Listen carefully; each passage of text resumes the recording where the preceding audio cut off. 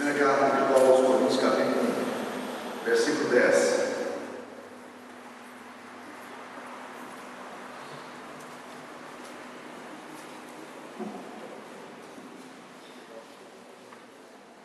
Primeira carta de Paulo aos Coríntios, capítulo 1, versículo 10. Rogo-vos, irmãos, pelo nome de nosso Senhor Jesus Cristo, que faleis todos a mesma coisa e que não haja entre vós divisões, antes sejais inteiramente unidos na mesma disposição mental e no mesmo parecer. Pois a vosso respeito, meus irmãos, fui informado pelos da casa de Cloé de que há contendas entre vós. Refiro-me ao fato de cada um de vós dizer: eu sou de Paulo, eu de Apolo, eu de Cefas, eu de Cristo. Acaso Cristo está dividido? Foi Paulo crucificado em favor de vós, ou fostes, porventura, batizados em nome de Paulo? Dou graças a Deus, porque nenhum de vós batizei, exceto Cristo e Gaio, para que ninguém diga que fostes batizados em meu nome. Batizei também a casa de Estéfanas. Além destes, não me lembro se batizei outro, porque não me enviou Cristo para batizar, mas para pregar o Evangelho, não com sabedoria de palavra, para que não se anule a cruz de Cristo. Mantenha a Bíblia aberta nesse texto aí que nós vamos estar estudando parte dele aqui nessa manhã. Igrejas precisam ser protegidas pelos membros da sua comunidade. Nada melhor do que a gente considerar isso quando a igreja está aniversariando. Nós estamos aí completando o 27º ano de existência como igreja organizada. E eu queria tocar nesse assunto aqui, como é importante que cada membro esteja entendendo a necessidade de proteger, de buscar proteção para a sua comunidade. Há vários caminhos que a gente pode fazer isso aí. Alguém disse que você pode chegar numa comunidade com duas motivações. Você chega com um barril de gasolina para explodir tudo, ou você chega com um balde de água para pacificar, para organizar as coisas. E é exatamente sobre isso que a gente precisa considerar. Como a Igreja de Cristo sofre acusações, como a Igreja de Cristo sofre divisões. Essa igreja aqui já passou por uma fase muito complexa que a maioria daqui, graças a Deus, nem se lembra mais. Dias difíceis para aqueles que atravessaram aqueles momentos. A Igreja Presbiteriana Central de Anápolis, ela passou por 2 divisões em menos de 5 anos, né? Então, significa que a igreja sofre muito nesses momentos. E como é que nós podemos fazer para que a nossa igreja cresça harmonicamente, cresça em paz, cresça como uma igreja bonita? Igrejas crescem quando elas têm um mínimo de ambiente de paz para florescer. Elas precisam de um ambiente natural e é o que a gente chama hoje de DNA da igreja, né? O desenvolvimento natural da igreja. E nós precisamos aprender exatamente como empregar esses princípios e a igreja cresce. Quando a palavra de Deus está sendo ministrada, quando a correta disciplina está sendo aplicada, quando os membros estão vivendo em paz, quando a palavra, como a Bíblia está sendo exposta, quando as pessoas estão vivendo numa vida de santidade, o que se espera como desenvolvimento natural da igreja, que a igreja cresça. E igrejas assim, saudáveis, igrejas sólidas, elas crescem naturalmente. Que estratégia de evangelização nós podemos ter melhor do que acolher, amar, cuidar daqueles que se aproximam, abrir nossas casas para estudar a palavra? Quando essas coisas acontecem, naturalmente a igreja de Cristo começa a acontecer. A igreja de Corinto não estava passando dias muito, muito bonitos. A Bíblia nos fala que a igreja de Corinto era a igreja mais complicada. A Bíblia nos mostra que é a igreja mais complexa do Novo Testamento. E, como sempre, onde tem corintiano o negócio complica, né? E a Bíblia até nos fala que nos textos que nós lemos aqui, foi um texto assim bem opcional mesmo, porque eu vi que até aqui, né, a Bíblia nos diz que Coríntios perde, porque eu li 1 Coríntios 1, versículo 10, o versículo ganhou de 10 a 1 aqui, né? Então eu começo lendo esse texto aqui só para mostrar para vocês como essas coisas são sérias, né? Mas olha o que o apóstolo Paulo está sugerindo aqui no versículo 10. Ele diz: rogo-vos, irmãos, pelo nome de nosso Senhor Jesus Cristo, que faleis todos a mesma coisa, não haja entre vós divisões, sejais inteiramente unidos na mesma disposição mental e no mesmo parecer. O termo mesmo e mesma aparece quantas vezes aí nesse texto? Quantas vezes aparece aí? Pode falar alto, porque não é... 3 vezes. O apóstolo Paulo está deixando claro de que nós precisamos ter um foco comum naquilo que a gente faz. Ele fala assim: sejais inteiramente unidos, faleis todos a mesma coisa, sejais inteiramente unidos na mesma disposição mental e no mesmo parecer. Pontos de vista iguais, disposição mental igual, linguagem igual. Vamos falar a mesma coisa, vamos pensar a mesma coisa, vamos trabalhar na mesma direção. Isso significa, gente, que nós precisamos, primeiro ponto aqui, para a gente proteger a igreja da gente, é focalizar num alvo comum. Vamos lembrar o seguinte, que nós precisamos concentrar naquilo que temos em comum e não nas nossas diferenças. Todas as pessoas, todas as igrejas possuem diferenças. Igrejas são diferentes na sua própria estrutura. Igrejas possuem culturas. Igrejas se parecem muito com personalidade, porque igrejas têm personalidade. Algumas pessoas são extrovertidas e barulhentas. Há igrejas que são extrovertidas e barulhentas. Há outras igrejas que têm a tendência de ser mais intelectualizada. Há igrejas que são assim também. Igrejas possuem determinadas culturas. O problema é que a gente, às vezes, está dentro de uma comunidade e a gente começa a sofrer aquilo que alguém chamou de síndrome de Adão, quer fazer tudo a partir da gente. Nós queremos mudar a igreja inteira. Eu me lembro de uma senhora que começou a frequentar a nossa igreja lá no Rio de Janeiro.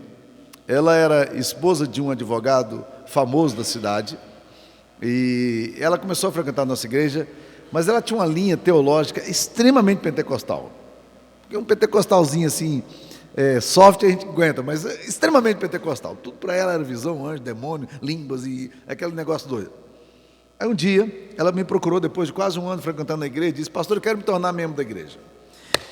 Eu disse: Suzana, nós precisamos conversar sobre esse assunto. Sentei com ela e disse assim: a nossa igreja é uma igreja histórica. Você é uma pessoa extremamente pentecostal.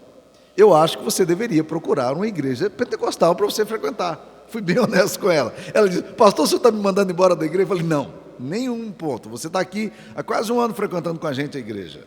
Mas eu quero que você entenda em qual comunidade você se encontra. Porque senão você vai ficar a vida inteira querendo fazer dessa igreja aquilo que você acha que é o melhor, e aí você começa a ter uma série de dificuldades na sua caminhada.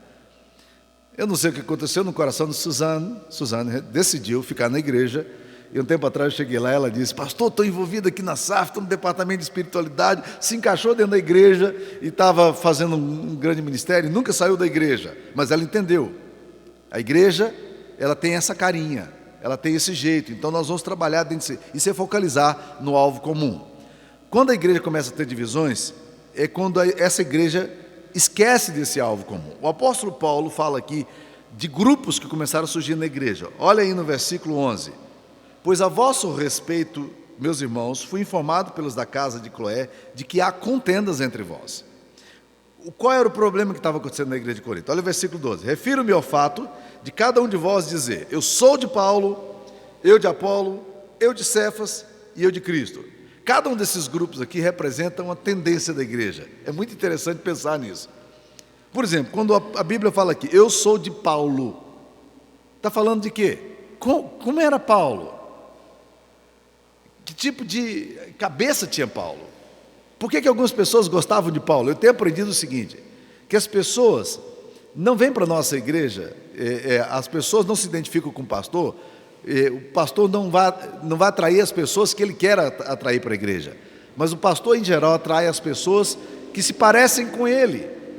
O texto aqui nos fala de um grupo de Paulo. Por que grupo de Paulo? Se você vai estudar um pouquinho da mentalidade de Paulo, você começa a entender.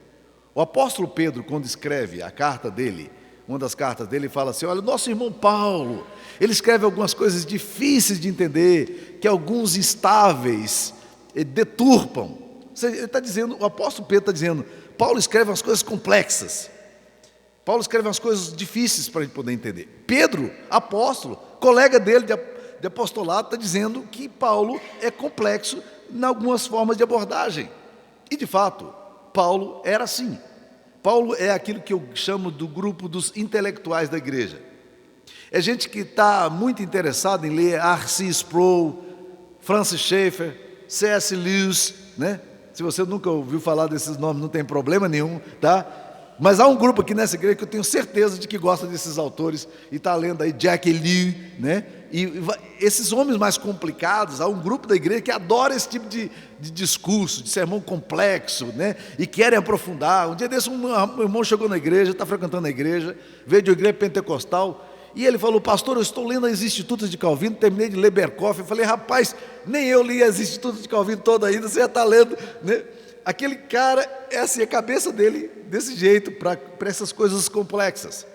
Na igreja você vai encontrar gente assim, gente que adora esse tipo de coisa, e vai se identificar com esse líder que gosta desse tipo de mentalidade. Paulo não era um grande pregador. Quem que diz isso? Ele diz isso. Você pode ler, por exemplo, em 2 Coríntios, capítulo 10, versículo 10, que ele fala sobre isso. Ele fala de uma crítica que ele estava recebendo da igreja, porque quando ele escreveu a segunda carta, que na verdade é a terceira, ele fala: as cartas, com efeito, dizem, são graves e fortes, mas a presença pessoal dele é fraca e a palavra desprezível. Olha, interessante aí. As cartas de Paulo duronas, complexas, mas a forma dele de articular não era uma coisa muito interessante. Há pregadores que são empolgantes. Paulo era metódico, sistemático, analítico, e isso não é muito bom de ouvir, é cansativo. Mas Paulo tinha o seu estilo. A Bíblia nos fala também que Paulo não era desse tipo de pregador que talvez você se empolgasse em ouvir, porque uma vez ele pregou um sermão, e é interessante que eu estava relendo esse texto de Atos 20 de novo nessa manhã, e diz lá 2 vezes que Paulo prolongou o seu discurso, e em face do seu prolongado discurso, ou seja, o escritor de Atos está fazendo questão de dizer: o sermãozinho do irmão Paulo lá foi complicado, viu? Né? É como um irmão chegou para o pastor na porta da igreja e disse: pastor, o seu sermão foi como uma espada hoje. Ele disse: ô, meu irmão, obrigado. Ele disse: foi comprido e chato, né? Eu falo sempre para os seminaristas que estão começando a pregar, eu falo: rapaz, prega um sermão curtinho pelo menos, porque se você não for bem, pelo menos todo mundo vai dizer assim: ok, pelo menos o sermão dele foi curto, porque o seminarista acha que tem que pregar muito, e prega 1 hora de sermão, né? E às vezes o sermão complicado, sofisticado, que ninguém está entendendo, né? Mas é interessante. Paulo, então, pregando em Atos 20, a Bíblia diz que o sermão dele prolongou até meia-noite. 3 horas, 4 horas, 5 horas de sermão, uma beleza, não? Aí tinha um irmãozinho lá assim, eu sei que nessa igreja não tem ninguém que faz esse negócio assim na hora da... né? Mas o nome desse irmãozinho, lembra do nome dele? Eutico. Estava no 3º andar, despencou, estava na janela lá, meio dormindo, pai, aquele sermão longo e chato, e buf, cai lá embaixo, né? Lembra dessa história, Atos 20, né? E aí Paulo foi lá, abraçou e tal, orou por ele, e ele levantou recuperado. Mas o sermãozinho do irmão Paulo não era muito bom. Mas Paulo, quando falava, ele ia fundo, ele era denso. Para você ler Romanos, você precisa gastar tempo, você não pode simplesmente fazer uma leiturinha rapidinha, não. Você tem que adensar, você tem que aprofundar. Você senta, organiza o seu mundo. Eu quero descobrir o que significam esses termos aqui, né? Paulo era assim. Mas existe um outro irmãozinho que aparece aqui. Esse outro irmãozinho está aí no versículo 12. Ele não é tão conhecido quanto Paulo. O nome dele era Apolo. Qual era a característica do irmão Apolo? Você vai encontrar isso em Atos capítulo 18. Abra aqui para vocês verem um pouquinho. Atos 18, versículo 24 e 25. Nesse mesmo tempo chegou a Éfeso um judeu natural de Alexandria, que era do Egito, tinha nascido no Egito, chamado Apolo. Qual é a característica de Apolo? Diz aí: homem eloquente e poderoso nas escrituras. Sabe o que é o homem eloquente? Aquele homem que chega no púlpito: meus irmãos, vamos lá, porque é graça, pai. Aí o público tem um grupo da igreja que adora esse tipo de coisa, né? Gosta desse tipo de gente. Chega e faz um barulhão, sei o quê, pá, lá, né? Há pessoas na igreja que adoram esse tipo de coisa. Não tem problema nenhum, é estilo. Agora, olha que interessante, ele era eloquente e poderoso nas Escrituras, mas olha o versículo 25. Ele era instruído no caminho do Senhor e, sendo fervoroso de espírito, falava e ensinava com precisão a respeito de Jesus, mas conhecia apenas o batismo de João. Ou seja, aí quando ele começou a pregar, ele começou a entrar em umas áreas assim meio complicadas, teologicamente, começou a falar na sinagoga, e quando Priscila e Áquila, que eram, olha, está no versículo 26, quando Priscila e Áquila começam a ouvir o irmãozinho lá e fala, o irmão lá empolgado e sei o quê, e eles aqui, esse negócio aqui não está certo não, isso que está falando não está legal. O texto diz que tomaram-no consigo e com mais exatidão lhes puseram o caminho de Deus. Ou seja, vem cá, meu irmãozinho, vamos discutir umas questões teológicas aqui que estão meio complicadas. Vamos abrir aqui o Antigo Testamento, vamos considerar o que Jesus disse. O que você está dizendo não é exatamente o que a Bíblia diz, não é exatamente o pensamento de Deus. Olha, interessante. Poderoso, eloquente, né? Fervoroso no espírito, mas precisava de algumas coisas. Agora, há pessoas na igreja que adoram esse tipo de pregador e se identificam com esse modelo. Está vendo como a igreja tem gostos diferentes e faz abordagens diferentes? Mas existe um outro grupo aqui. Olha o versículo, volta lá em 1 Coríntios 10, que você vai encontrar um outro grupo. E eu de Cefas. Quem era Cefas? Pedrão, né? Pedro. Qual é a característica de Pedro? A característica marcante de Pedro, em toda a Bíblia, é de que Pedro era extremamente conservador. Interessante isso. Conservador. Ele era tão conservador que Paulo um dia, e ele registra isso em Gálatas capítulo 2, versículo 11, Paulo foi para Galácia e logo depois um grupo que representava o presbitério de Jerusalém veio para ver o que Deus estava fazendo na Galácia. Muitas pessoas dos gentios, que não eram judeus, tinham se convertido.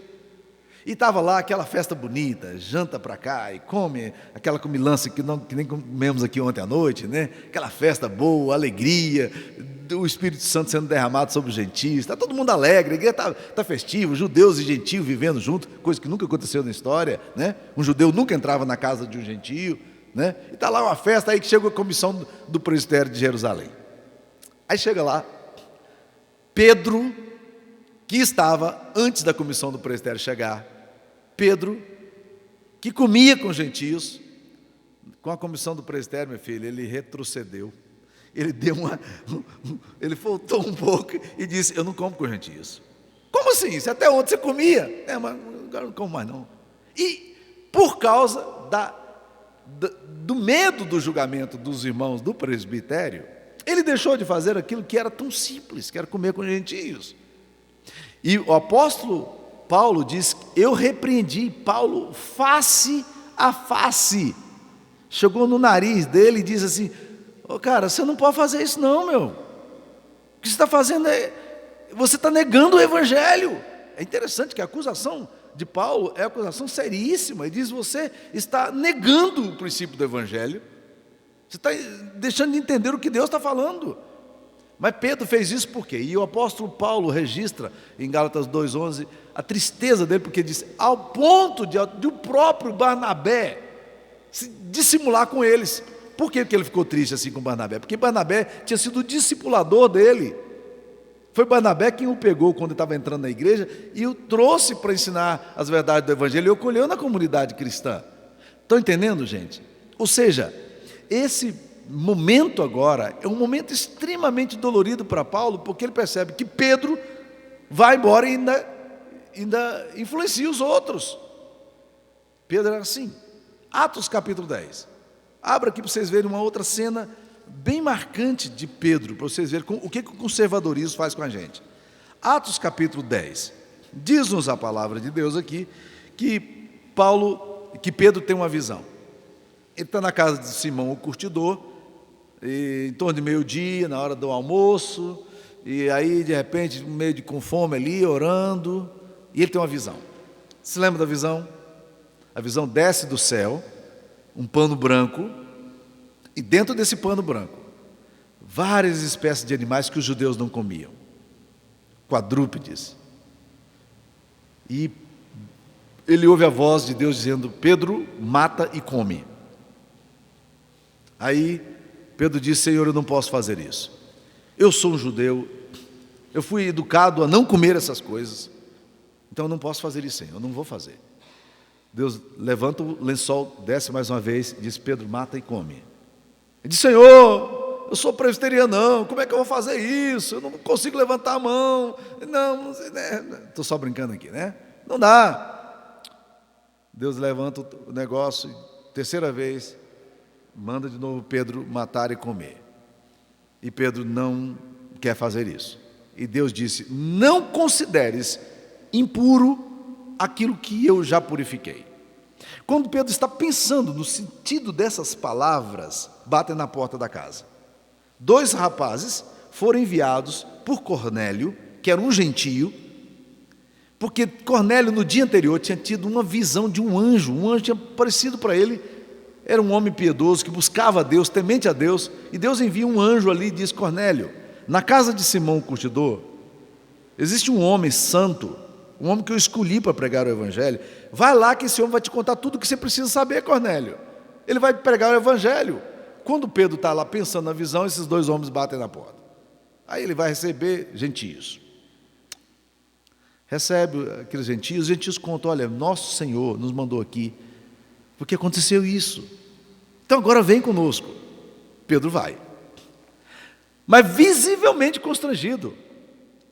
Ariovaldo Ramos fala que Deus deu essa visão para Pedro, não era porque Pedro era espiritual, não. Mas Deus deu essa visão para Pedro porque Pedro era cabeça dura. Ele não estava entendendo o evangelho. Aí Pedro vai com esses homens. E quando Pedro começa a pregar ali, quando ele chega naquela casa, é constrangedora a chegada de Pedro, porque quando ele chega ali em Cesareia, todo mundo estava esperando por ele. Cornélio mandou fazer um churrascão, chamou os amigos tudo da cidade, o que ele podia chamar era um homem influente, rico, encheu a casa de gente, diz: amanhã vai chegar um homem santo aqui, um homem de Deus vai vir aqui, um anjo veio aqui para falar que era para chamar esse homem de Deus. Na hora que ele chega lá, rapaz, vou te dizer, quando Pedro encontra esse homem, cai de joelhos aos pés de Pedro e começa a adorar Pedro. Pedro diz: não, para aí, eu sou homem, não nada disso, não é assim não, tal. Aí ele diz: irmãos, uma vez chamado, versículo 29, vim sem vacilar. Pergunto, pois, por que razão me mandasse chamar? Ah não, Pedro, tem dó. Que perguntinha ridícula. Você chega na casa do gentio, já teve visão, o cara já viu o anjo, você pergunta: por que você me mandou chamar? Está implícito e óbvio demais que você foi chamado aqui para pregar, então prega, meu filho. E ele começa a pregar constrangido. E quando ele começa a pregar, a Bíblia diz que o Espírito Santo desce no meio da pregação. E a manifestação do Espírito, tal qual tinha acontecido em Atos 2, acontece agora em Atos 10.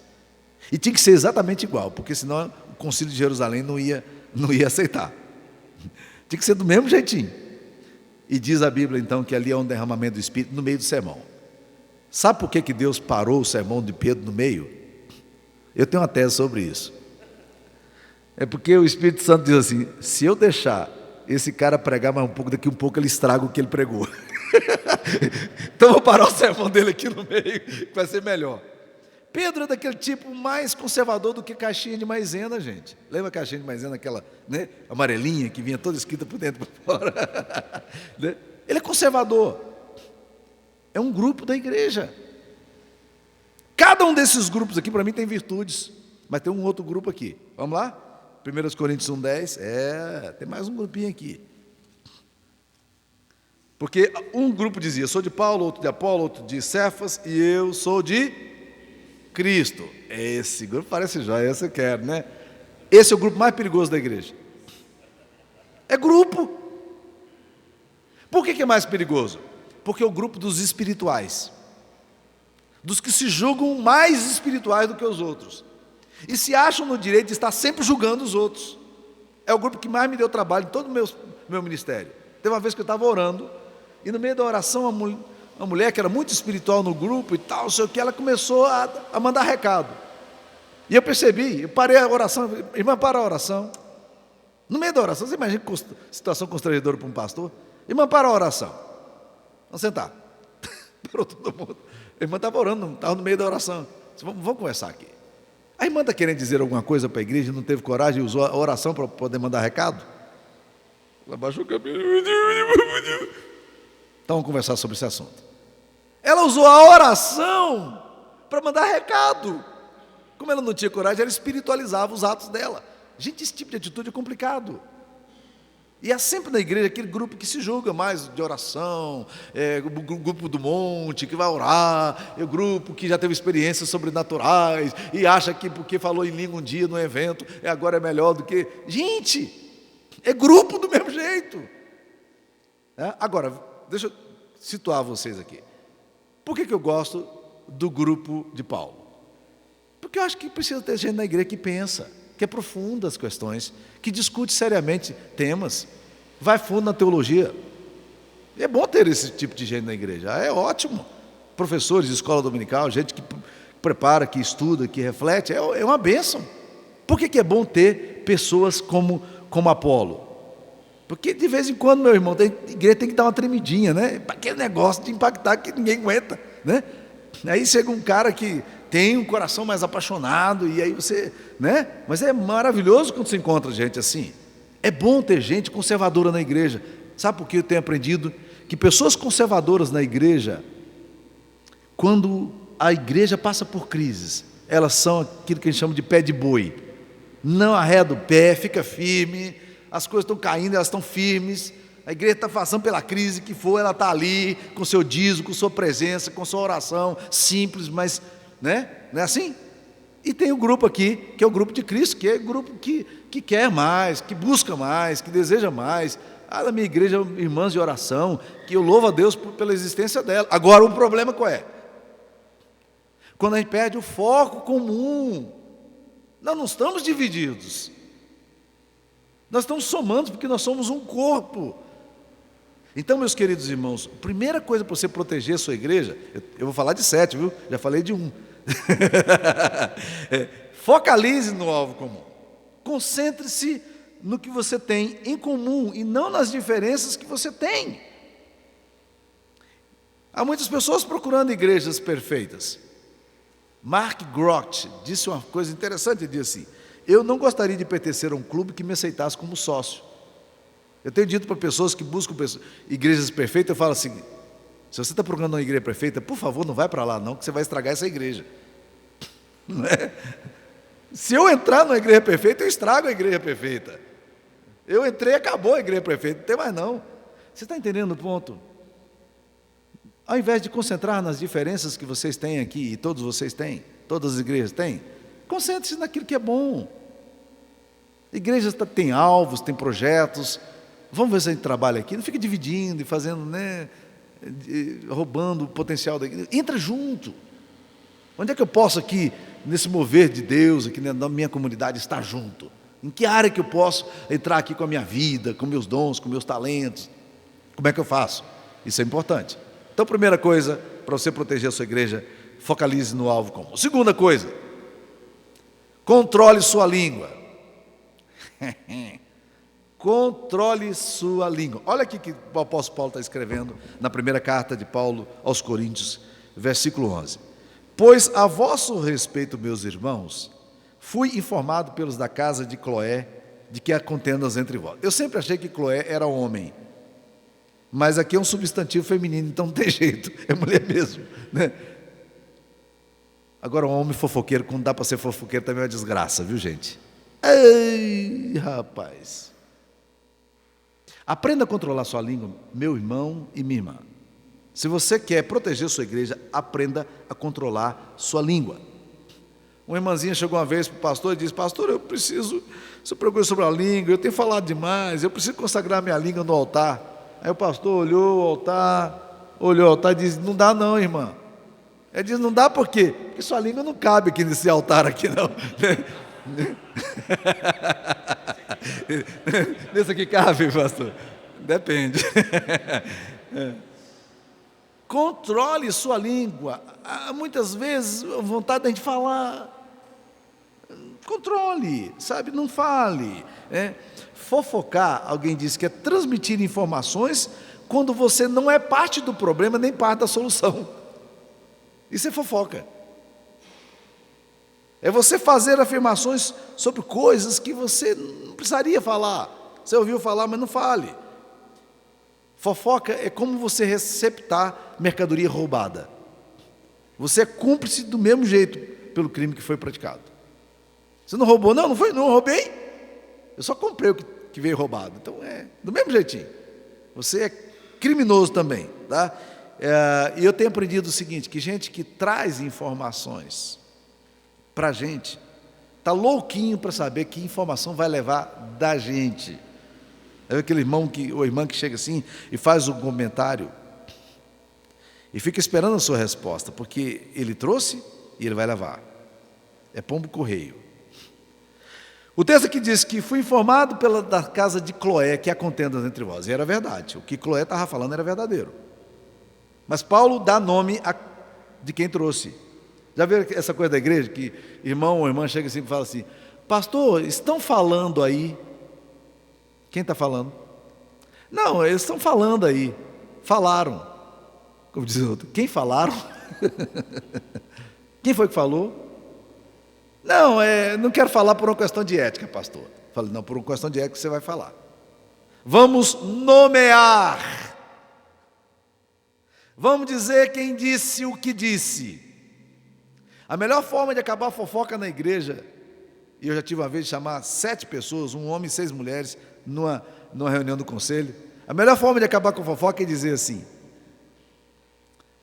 o que é que foi dito e quem disse? Dá nome. Paulo está dando nome. Se Cloé está mentindo aqui, Cloé está no pau. Que a igreja vai matar Cloé.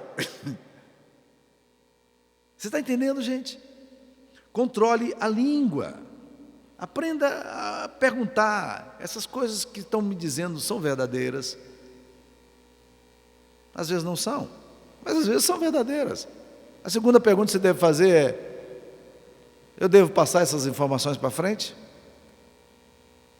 Né? Terceira pergunta: essas coisas que eu vou falar edificam? Né? Se a gente faz isso, a igreja vive em paz quando a igreja para de falar demais. Porque quem fala muito dá bom dia a cavalo. Isso significa que vai levar coice, né?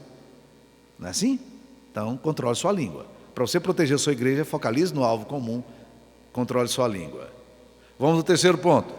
Para você proteger a sua igreja, você precisa apoiar os seus líderes. Vamos ler um texto de Hebreus, capítulo 13. Hebreus 13, versículo 17.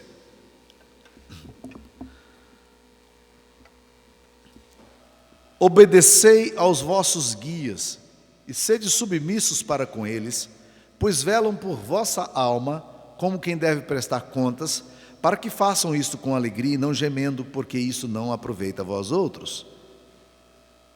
O texto está falando aqui para a gente obedecer aos nossos guias, para a gente ser submisso a eles, porque eles velam pelas nossas almas, e para que não façam o ministério gemendo. Eu tenho encontrado muitos líderes fazendo o ministério gemendo. Já encontrei conselho todo prontinho para largar, porque não aguentava mais as críticas que se recebia. Todo mundo querendo jogar a toalha na mesa. Junta diaconal.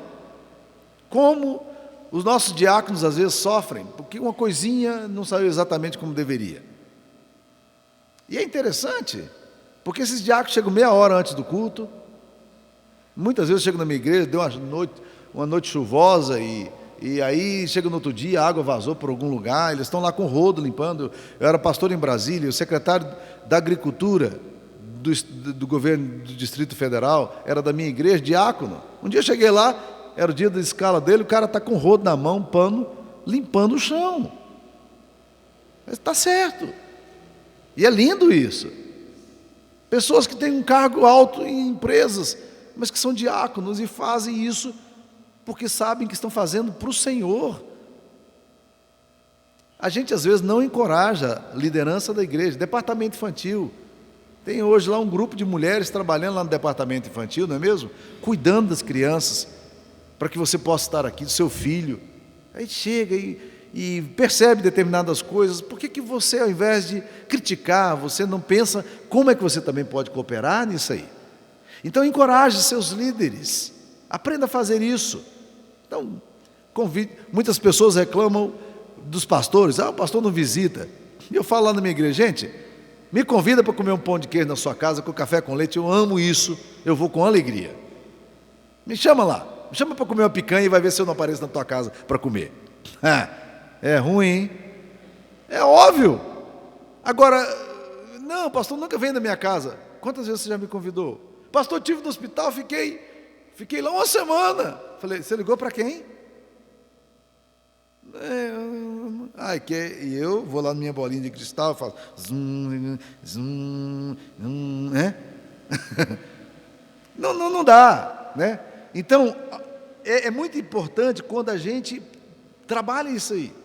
Eu tenho encontrado pastores desmotivados, desencorajados, tenho encontrado pastores displicentes, preguiçosos, tenho encontrado pastores depressivos, então, pastor de tudo quanto é jeito, né? Mas uma das coisas que eu acho que a igreja pode fazer é com seus pastores, com seus líderes, encorajá-los, animá-los no Senhor, ajudá-los na obra que eles têm para fazer, porque zelam por vossa alma, e para que não façam isso gemendo. Para você proteger a sua igreja, você precisa apoiar seus líderes. Quarta coisa, para você proteger a sua igreja, fale bem dela. Fale bem da sua igreja. Você fala bem ou mal da sua igreja? É interessante, você acha que não fala mal. Quando eu cheguei na igreja presbiteriana central, uma irmã, esposa de um presbítero, me procurou, tempos depois, e disse o seguinte: pastor Samuel, eu ia do salão de beleza, e ali só tem crente, mas era impressionante como falavam mal da nossa igreja. Um dia desse, uma irmã, eu engolia todinho, ficava quietinha, né, porque eu não tinha nada o que dizer, as coisas estavam tão difíceis na igreja. Aí um dia desse, uma pessoa de outra igreja disse: estou ouvindo falar que lá na sua igreja está acontecendo isso, e pá. Aí ela disse que ficou toda cheia e começou a falar assim: é mesmo, Deus tem nos abençoado, nós temos ouvido a palavra do Senhor, a igreja está crescendo, nosso pastor é uma bênção, o louvor é uma bênção, tá. Sabe o que acontece quando você diz isso? Pessoas que estão procurando eventualmente uma comunidade para frequentar, elas vão querer vir para a tua igreja. Quem é que faz propaganda da tua igreja, ruim ou boa? Você. Fale bem da sua igreja. Chega nos seus amigos de escola, nos seus amigos de trabalho, compartilhe. Puxa, fui tão abençoado ontem no culto, ouvi a palavra de Deus, foi uma bênção. O pastor pregou ontem sobre esse assunto e foi tão fantástico ouvir isso, e fez tão bem o meu coração, fui tão desafiado, né? Puxa vida, ontem o pastor tocou numa área dolorida para mim, né? O que acontece? Quantas igrejas tem aqui em Anápolis? Igrejas evangélicas? Eu não sei. 300 igrejas? 700 igrejas? 1.600? Eu não faço a mínima ideia. Aliás, faço ideia porque algum tempo atrás alguém me falou de 1.632, né? Mas como surge igreja todo dia, a gente não sabe, e fecha todo dia, a gente não sabe, né? Quantas igrejas tem aqui em Anápolis. Quando uma pessoa está procurando uma igreja para frequentar, quando a pessoa está buscando uma resposta de Deus para o seu coração, ela vai procurar uma igreja problemática? Me conta aí. Ela vai procurar uma igreja problemática? Eu estou recebendo, gente, sistematicamente, a nossa igreja central tem recebido uma média, nos últimos 8 anos, uma média de 60 novos membros por ano. Não significa que todos fiquem, não significa que a nossa igreja está crescendo 60 membros por ano, porque pessoas mudam também, saem da igreja também, pessoas morrem, né? Mas nós estamos recebendo 60 novos membros, em média, por ano. E muita gente tem chegado à nossa igreja. Gente de igreja quebrada, gente que desiludiu com a igreja, mas que ouve falar da igreja e disse: não, eu quero chegar ali. Quando essa igreja aqui está vivendo no ambiente de paz e alegria, as pessoas vão chegar aqui, por quê? Porque aqui tem uma palavra séria, aqui tem uma exposição da palavra, aqui tem alegria entre os membros. Então fale disso. Existem 2 tipos de igreja que a gente pode classificar: uma igreja com moral alta e uma igreja com moral baixa. Igreja com moral baixa é péssimo. Então todos os crentes estão assim, acabrunhados. É que nem casa de gente onde... Quando você vai para uma casa onde o marido e a mulher estão brigados. Eu já aprendi isso como pastor. Eu chego na casa, ninguém me falou nada, mas eu olho, o quadro está torto. A samambaia está assim, morre, me dá uma aguinha, me dá uma aguinha, né? Você olha assim, as coisas estão desarrumadas, né? Não há alegria, não há espontaneidade, sabe? Não tem flor. Aí você fala assim, ninguém falou de problema nenhum ainda. Esse negócio aqui não está bom. Não é assim. Igreja, dizem que as pessoas decidem nos 10 primeiros minutos. Quando ela entra na igreja, se ela vai ficar naquela igreja ou não. 10 primeiros minutos, antes de ouvir o pregador. Elas decidem se vão ficar ou não nessa igreja. Por quê? Porque elas ouvem, elas percebem, é o acolhimento que recebe. Quando uma pessoa chega, né? E é nítido, eu chego aqui nessa igreja, eu não sou tolo. Eu vejo a alegria da igreja, o cuidado da igreja, o ânimo da igreja, as coisas estão arrumadinhas, está tudo. Isso é uma bênção. Agora, você está falando bem da sua igreja? Ou você sai, mete o pau? Eu pastoreei uma menina que ela demorou muito para casar. E ela era uma líder da nossa comunidade. E respeitada como líder. Mas ela era crítica demais da igreja. Certa vez ela encontrou um rapaz muito interessante. E esse rapaz não era da cidade. E essa menina tinha um bom emprego. E ele era um cara que podia procurar emprego nessa cidade onde estava a nossa igreja. E então, esse rapaz veio morar, casou com ela e veio morar na cidade. E quando ele chegou ali, ele começou a frequentar a igreja, daí um pouquinho ele saiu. E a menina me procurou toda preocupada, porque o marido dela não queria vir para a igreja nossa, ele queria ir para outra igreja. Mas a igreja dela era a igreja do coração. Comentando com minha esposa, eu disse, Sara, sabe o que aconteceu? Ela sempre falou mal da igreja dela, que era crítica demais. Sempre criticando liderança, criticando louvor, criticava tudo. Apesar de estar na liderança da igreja, era crítica da igreja. Aí ela casou com o cara, na época de namoro, está metendo pau na igreja. Agora quer trazer o cara para a igreja. O cara disse, eu não quero para esse lugar, não. Você está doido? O que eu vou fazer lá? Por que eu deveria ir para essa igreja e não para outra? Tem um ditado inglês que diz o seguinte: ninguém compra um bilhete para o Titanic. Deve falar do Titanic? Aquele navio maravilhoso, que nem Deus podia afundar e que afundou na primeira viagem. Imagine que alguém chegasse para você e dissesse, vamos fazer uma viagem no Titanic? Transatlântico de luxo? Não, bicho, não tem dinheiro não. Cara, $10, rapaz. Eu arranjo lá para você $10. Uai, rapaz, eu gostei desse negócio. Mas como é que vai ser a viagem? Não, metade vai morrer, metade vai sobreviver, mas é só $10. Vamos? Só $10, vai ser comer de tudo, all inclusive. Quem quer entrar na igreja, gente, que ali na frente vai levar cacetada, mudado, sai torto, roxo, o zóio vermelho. Ninguém aguenta esse tipo de igreja doente. Essa igreja aqui está com moral alta ou moral baixa? Isso é importante. Fale bem da sua igreja. Isso é muito bom. A igreja, quando ela está bem, a cidade ouve falar dela e as pessoas se aproximam dela porque ouvem falar que ali alguma coisa está acontecendo. Vamos para o quinto ponto. Contribua com a sua igreja. Contribua com a sua igreja. Eu quero falar de 3 coisas que você tem que contribuir. Primeiro, eu quero que você contribua com o seu tempo. Uma das moedas mais preciosas que nós temos hoje é tempo. Existe muito trabalho na igreja, mas as pessoas não querem dar seu tempo. São pessoas competentes, habilitadas, mas não querem dar seu tempo. Não querem acordar mais cedo para dar seu tempo. Não querem pegar um sábado e sacrificar um sábado por um projeto, porque não querem dar seu tempo. E aí a gente fica mendigando gente para poder ajudar em projetos e ministérios da igreja, porque as pessoas não querem dar seu tempo. Há pessoas da igreja que, quando eu desafio para algum projeto, falam, pastor, posso ajudar financeiramente? Tempo eu não posso, não. Líderes, pessoas que se aproximam e dizem, eu olho assim, teve um caso com um presbítero da nossa igreja, Menino bom, eu virei para ele e falei, olha, é o seguinte, você está sendo indicado e você tem todas as qualificações para o presbiterato. Você é um homem sensato, você é um homem que ensina a palavra, você tem uma família abençoada, você tem todas as características, tem o respeito da igreja, mas eu queria saber o seguinte, eu estou preocupado com o seu tempo hoje, porque você está no atropelo de atividades, e eu queria saber, você vai ter tempo para a igreja? Porque eu não quero acrescentar mais uma agenda à tua agenda, mas eu queria saber, você está disposto a remanejar a sua agenda, para você não sacrificar mais sua família, e para servir a Deus na sua igreja local? Ele disse, eu estou. Então tá bom, então venha. Você está entendendo? Às vezes não quer dar tempo para a igreja. Segunda coisa que eu preciso dar é o nosso talento. Então, eu vou colocando em ordem mnemônica aqui para você lembrar. Tempo, talento, tudo com T, né? Tempo, eu quero agora talento. Sabe por quê? Nós precisamos de gente criativa na igreja.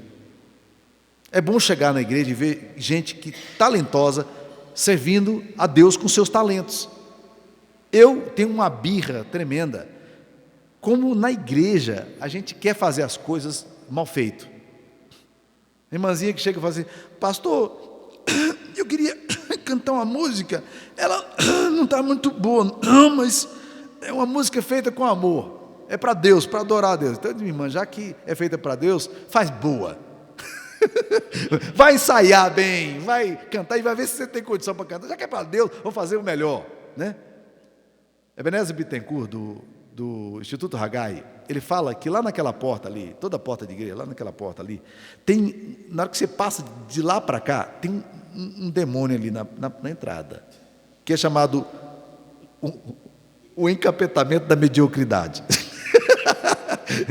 Encapetamento da mediocridade. Porque há pessoas que são excelentes lá no mundo, no seu mundo social, nas suas empresas. Você vai, o cara tem uma tecnologia funcionando a pleno vapor, tudo é high-tech, tudo é maravilhoso, sofisticado, complicado. E ele acha que na hora que entrou na igreja, qualquer coisa ruim serve para Deus. Ah, meus queridos irmãos, quando eu cheguei na Igreja Presbiteriana Central de Anápolis, e o meu presbítero aqui sabe disso, tinha um banheiro lá, um banheiro tão ruim, mas tão ruim, mas tão ruim. Eu fui na casa de uma irmã da igreja, que tinha um banheiro tão bom, que eu fiquei com vontade de morar no banheiro, tão bonito que era. Sabe que? Não, vou te dizer, o banheiro dela vale mais do que a minha casa inteira. Estou brincando não, é sério. Mas o banheiro das mulheres era uma bate-caverna. Já ouviu falar de bate-caverna, né? Para entrar, se fosse uma mulher de 1,70 m, ela tinha que abaixar para entrar debaixo da escada, porque é debaixo da escada. Eu olhei aquela situação, levei para o conselho, não sei se o meu presbítero Germano estava nessa época, e aqueles presbíteros, cara de pau, estou brincando, são muito queridos meus, né? Eles viraram para mim e falaram, vocês já foram no banheiro das mulheres para ver a situação? Eles disseram, não pastor, a gente só vai no banheiro dos homens. Ele não vai no banheiro das mulheres. Falaram brincando comigo lá, né? Mas um negócio horrível. Nenhuma casa, nossa, hoje tem um banheiro tão ruim como aquele. Como é que a gente pode permitir que as coisas fiquem nesse estado? Traz seu talento, meu irmão. Aquelas coisinhas mal feitas, ruins, não dá. Nós temos que buscar excelência naquilo que fazemos para Deus. Traz seu talento.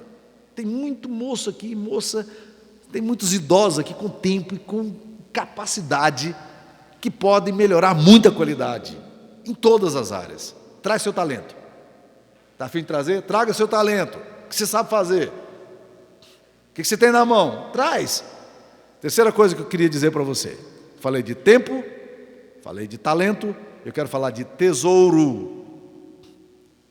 Aprenda a contribuir liberalmente com sua igreja. Rapazes que estão aqui começando a sua vida profissional, aprendam a ser fiéis a Deus na entrega dos seus dízimos e das suas ofertas. Isso não é uma invenção do pastor Alexandre, nem uma invenção da igreja presbiteriana, isso é bíblico. Tão bíblico que a palavra de Deus diz, eu não vou me apresentar diante de Deus com mãos vazias. A questão não é o tanto que você dá, a questão é a fidelidade sua no que você dá. Há um tempo atrás, um empresário estava dando uma palestra no Instituto Haggai, e ele surpreendeu a todos quando ele disse o seguinte: eu dou o mesmo dízimo que o Kaká, jogador do Milan, dá. Aí o cara, todo mundo olhou assim, pô, o cara tá, né? Ele disse: eu dou 10%. Eu dou o mesmo dízimo do Kaká. Eu dou 10%. Porque para Deus o que conta não é quanto você ganha, mas quanto você retém. Aprenda a contribuir com a sua igreja, não porque surge uma necessidade específica, mas porque você entendeu que isso é bíblico. Numa igreja americana da nossa denominação, aconteceu uma cena interessante. O pastor dessa igreja me contou. Ele disse o seguinte, que uns moços, estudando a Bíblia, a igreja lá, para não constranger os adoradores, o culto, eles colocavam o gasofilaço lá no lugar e a pessoa ia lá antes do culto ou depois do culto e colocava suas ofertas, seus dízimos ali. Um grupo, estudando a Bíblia, de moços, é interessante, né? Chegou à seguinte conclusão: pastor, nós estamos fazendo errado. No Antigo Testamento e no Novo Testamento, dízimo e oferta é parte da adoração. Nós vamos trazer na hora do culto, porque a Bíblia ensina que tem que ser assim. Como eu venho glorificar a Deus, cantar hinos, ouvir a palavra de Deus, estudar a palavra de Deus, também trago daquilo que Deus me tem dado e contribuo na obra do Senhor para adorar a Deus. É a adoração, faz parte da nossa liturgia. E sabe o que o conselho fez diante disso? O conselho reconsiderou e acatou a sugestão dos moços da igreja. Que bonito, não? Tempo, talento e tesouro. Se você quer se envolver com a sua igreja, meu irmão, faça isso. Tá? Se você quer proteger a sua igreja, faça isso. Vou falar de mais 2 pontos, um bem rapidinho. 6º ponto: participe das atividades da sua igreja. Ontem eu estava brincando com o pastor Alexandre aqui, dizendo: pastor Alexandre, você é animado a fazer um culto assim, sexta-feira, sábado? Eu morro de medo disso. Eu era pastor nos Estados Unidos e resolvi fazer uma programação, convidei o Alderi Matos para falar para a gente sobre missão, história das missões. Fizemos o programa, combinamos com o conselho, tudo certinho. Chegou no sábado, meu irmão, eu estou esperando o povo chegar. Eu e minha esposa éramos 2, né? Mas os meus 2 filhos, 4. Beleza. Aí chegou mais um irmão. Estou esperando meus presbíteros, meus diáconos. Chegou mais outro. Bateu 7h30. Vou dar mais um tempinho, né? Além da minha família, tinham 6 pessoas para ouvir o Alderi Matos. Eu queria morrer de vergonha. Morrer. E vontade de matar os meus presbíteros, tudo um a um, na unha, assim. Né? Os diáconos eu queria enforcar na porta da igreja, assim, tá? Todos eles. Né? Uma vergonha. Um preletor daquele para falar para 6 pessoas. Eu queria morrer de vergonha. A gente, às vezes, tem programação na igreja, a igreja não aparece, cara. Fica aquele negócio constrangedor e a gente fica sem saber o que vai acontecer, né? Participe das suas igrejas. Dr. John Stott esteve no Brasil, ele era capelão da rainha da Inglaterra, foi durante anos capelão da rainha. Ele veio ao Brasil falar no encontro da CEPAL, alguns anos atrás. E à tarde teve um debate, uma conversa com ele, e as pessoas foram para lá e podiam fazer a pergunta que quisesse para ele. Um cara levantou e fez uma pergunta. E quando ele fez a pergunta, ele disse: essa é a pergunta que eu queria fazer, né? Eu não sabia formulá-la, mas era aquilo que eu queria perguntar para ele. A pergunta foi: Dr. John Stott, qual é o segredo da sua espiritualidade? Como é que se desenvolve a sua vida espiritual? Aí eu dei uma ajeitada no banco, puxei assim a carça, falei: agora esse cara vai matar. Eu nunca vi uma resposta tão frustrante quanto essa. Sabe o que ele falou? Ele disse 4 coisas. Primeiro, eu leio a Bíblia todo dia. Segundo, eu oro todo dia. Terceiro, eu nunca me ausento das atividades, dos programas da igreja quando estou na cidade. Quarto, eu nunca fico fora da ceia do Senhor, da Eucaristia. Eu disse: eu poderia elaborar alguma coisa mais sofisticada. De lá para cá, eu tenho cada vez mais chegado à conclusão de que o que ele falou é exatamente o que nós precisamos. Orar todos os dias, ler devocionalmente a Bíblia todo dia, estar envolvido com a nossa igreja, nas programações da igreja, nas atividades da igreja, e nunca se ausentar da ceia do Senhor. Se há algum pecado, abandonar, mas alguma confissão que tem que ser feita, faça essa confissão, vou me aproximar diante do Senhor, eu quero ser mudado, eu preciso ser mudado. E por último, irmãos, ore pela sua igreja se você quer proteger a sua igreja. Igreja não é piquenique. Igreja é campo de batalha espiritual. Eu sempre digo que plantar uma igreja, por exemplo, é uma cunha no inferno. Porque uma igreja que é plantada, ela vai para sempre, enquanto Jesus não voltar. Ela vai estar pregando o Evangelho, vidas serão salvas, crianças serão formadas no caráter de Cristo. Então, uma igreja, meus queridos irmãos, é um projeto maravilhoso, uma bênção. Gente vai estar orando, o clamor do Senhor está sendo levantado naquele local, e é uma bênção pensar nisso aí. Pessoas estarão sendo batizadas, igreja é uma bênção, o diabo também sabe disso. Eu não entendo muito bem os dois textos que eu vou ler para vocês, mas me chamam muita atenção. Êxodo 12, 41. O povo de Deus está saindo do Egito. E aqui há uma declaração bíblica impressionante sobre aquele povo que estava no Egito.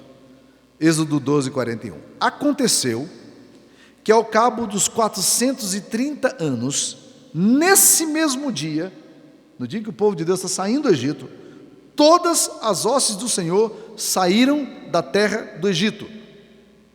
Quando foi que as hostes de Deus, o exército de Deus, saiu do Egito? Quando a igreja saiu do Egito. Portanto, a presença da igreja naquele local era a presença de Deus naquele local. Não é fantástico isso? Essa igreja aqui, com as orações que são levadas aos céus, ela é sempre uma ameaça a todas as oposições ao Evangelho que existe aqui nesse lugar e ao redor desse lugar. Vocês já pararam para pensar nisso? Um crente, quando ele ajoelha, por mais simples e frágil que ele seja, ele se torna um guerreiro de oração. Então ore pela sua igreja. Oposições satânicas. Algum tempo atrás, uma menina começou a frequentar nossa igreja e houve uma manifestação demoníaca e ela disse: não, eu sou satanista. Satanista dentro da igreja, andando com a moçada, está tudo jóia. Satanista. A gente não faz ideia das batalhas espirituais que existem em torno da igreja. E como o diabo quer destruir essa igreja aqui e qualquer outra igreja onde a palavra de Deus está sendo pregada com seriedade. Vamos a um outro texto? Segunda carta de Paulo aos Tessalonicenses, capítulo 2.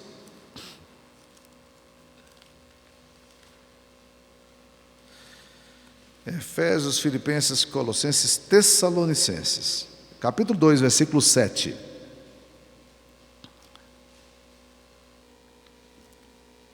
Diz aqui: com efeito, ou seja, de fato, o mistério da iniquidade já opera. Ou seja, Paulo já está dizendo nos dias dele, dizendo, o mistério da iniquidade já está operando, já está em ação. E aguarda uma coisa, o que seja? Somente que seja afastado aquele que agora o detém. O que é que detém o mistério da iniquidade? Qualquer que seja a explicação que nós dermos aqui, nós vamos chegar no ponto seguinte: o que detém o mistério da iniquidade é o Espírito Santo. A presença do Espírito Santo. Mas onde é que o Espírito Santo habita? Em nós, que constituímos a igreja de Cristo. Esse mistério da iniquidade, ele é barrado pela vida, pela existência da igreja, pela presença do Espírito Santo nessa comunidade. Um povo que clama ao Senhor, que glorifica o nome do Senhor e que detém a ação do mal. É essa a ideia também, quando Jesus fala que nós somos o sal do mundo, sal da terra. É essa a ideia. que nós estamos aqui para fazermos uma oposição declarada ao diabo. Nós sabemos disso, mas muitas vezes nos esquecemos. Essa igreja aqui, meus queridos irmãos, ela é uma oposição ao reino das trevas. Essa igreja aqui é uma afronta ao diabo. Essa igreja aqui, ela ameaça Satanás. Toda vez que nós oramos, toda vez que nós abrimos a palavra, toda vez que nós juntos participamos da ceia do Senhor, toda vez que o povo de Deus ora, nós estamos confrontando o reino das trevas. O mistério da iniquidade já opera, o diabo está aí, e ele só aguarda que seja removido, seja afastado aquele que agora o detém. Na hora que a igreja for arrebatada, na hora que a igreja sair de cena, a obra de Cristo se manifesta por meio da igreja que Ele mesmo criou. Por isso que Ele está comprometido nisso. Jesus diz: eu edificarei minha igreja. Esse projeto meu. E as portas do inferno não vão prevalecer contra ela. Esse é projeto meu. Jesus está dizendo, faz parte do meu ministério. Eu vou edificar a minha igreja. Foi Jesus quem pensou na igreja. Foi Ele que morreu pela igreja. E é Ele que cuida da igreja, porque faz parte do ministério dele. Ele haveria de edificar a sua igreja. Essa igreja aqui é uma edificação de Cristo, ou então ela não é uma igreja de Cristo. Então nós temos duas situações aqui. Ou a gente entende que a gente é a igreja de Cristo, ou a gente entende que não é mesmo. Se não é, Jesus não tem compromisso nenhum com ela. Se é, Jesus tem todo compromisso com ela. Como proteger a sua igreja? Focalize no alvo comum. Controle sua língua. Fale bem da sua igreja. Apoie seus líderes. Contribua com seu tempo, talento e tesouro para a igreja.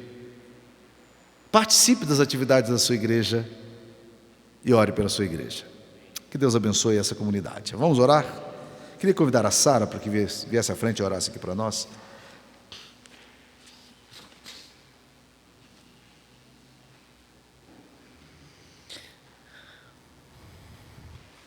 Pai, obrigada pelo privilégio que temos de participar desse projeto incrível que nasceu no Teu coração. E obrigada porque, a despeito de nós, o Senhor tem edificado a Tua igreja, Senhor.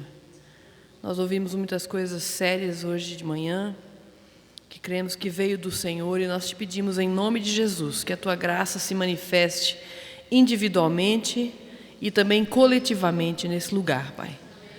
E todas as pessoas que estão aqui, que fazem parte de outras comunidades, que possamos levar isso também para nossas igrejas, para que possamos protegê-las, Senhor, sendo fiéis e entendendo, Pai, que nós fazemos parte desse projeto e de que nós desejamos glorificar o Teu nome, fazendo realmente parte ativa com tudo que somos e temos, Pai, e evitando aquelas coisas que muitas vezes com as nossas próprias mãos nós derrubamos, Pai.